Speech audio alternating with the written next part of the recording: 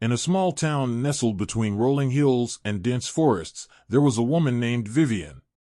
Vivian was renowned for her beauty. Her porcelain skin, azure eyes, and silken hair were the envy of everyone who saw her. But Vivian was not just beautiful, she was obsessed with her appearance. Her vanity knew no bounds, and she spent hours each day gazing at her reflection, admiring herself.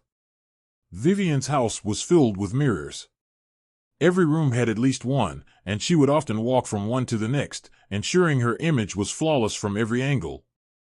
Her morning routine took hours, washing, moisturizing, applying makeup, and styling her hair until it was perfect. Even the slightest imperfection would send her into a fit of frustration. Her obsession grew stronger with each passing day, isolating her from friends and family who had once tried to reach out to her. One day, while shopping in the town's market, Vivian came across an old, ornate mirror at an antique stall. It was unlike any she had ever seen. The frame was carved with intricate designs of mythical creatures and flowers, and the glass seemed to shimmer with an otherworldly light. Captivated, she asked the elderly shopkeeper about it. "This mirror is said to be enchanted," the shopkeeper explained. "It was made by an ancient sorcerer who could capture the essence of vanity. Those who become too absorbed in their own reflection may find themselves trapped within its glass." Vivian scoffed at the idea but was too intrigued to pass it up. She bought the mirror and hurried home, eager to add it to her collection. That evening, as she stood before it, she felt a strange sensation, as if the mirror were pulling her in. Dismissing it as her imagination, she continued to admire herself until she felt a sudden dizziness and blacked out. When Vivian awoke, she found herself in a strange place.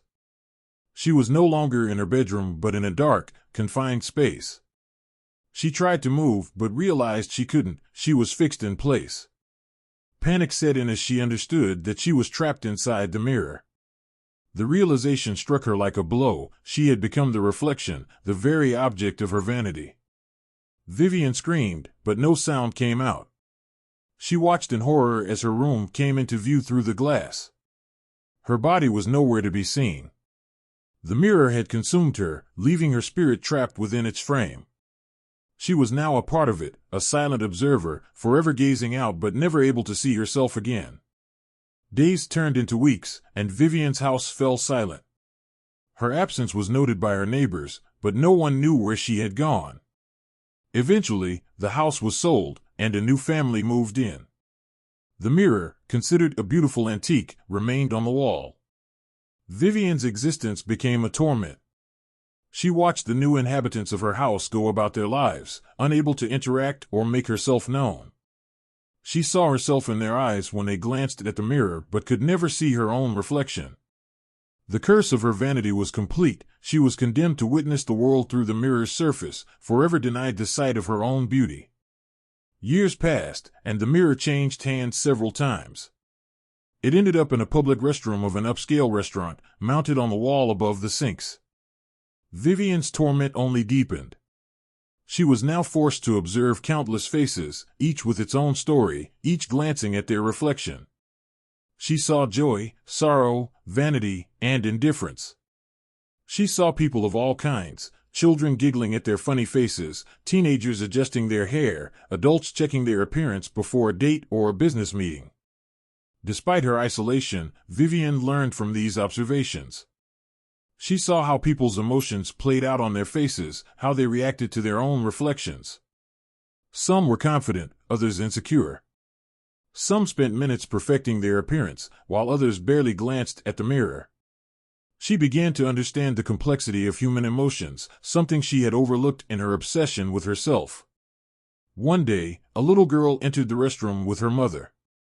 The girl was no more than 6 years old, with curly hair and big brown eyes. She stood on tiptoe to look at herself in the mirror and smiled brightly. Her mother watched her with a tender expression, and Vivian felt a pang of longing. The girl's innocent joy reminded her of a time before her vanity had consumed her, a time when she was capable of genuine happiness. As the years rolled on, Vivian's understanding of human nature deepened. She witnessed moments of kindness and cruelty, love and indifference. She saw herself reflected in the vanity of others and felt a profound sense of regret. Her existence as a mirror had stripped away her beauty, leaving her with nothing but her thoughts and observations. One evening, a young woman named Eliza entered the restroom. She looked weary, her eyes red from crying. She approached the mirror and stared at her reflection, tears streaming down her face. Vivian felt a surge of empathy. She had never considered the pain and struggles that others might face, so absorbed had she been in her own appearance. Eliza spoke softly to herself, her voice barely a whisper. "I don't know if I can keep doing this. It's so hard to keep pretending everything is okay." Her words were like a dagger to Vivian's heart. She had spent her life consumed by her looks, never understanding the depths of human suffering. In that moment, something remarkable happened. The enchantment of the mirror, sensing Vivian's change of heart, began to weaken. The glass shimmered, and for the first time in years, Vivian saw a faint image of herself.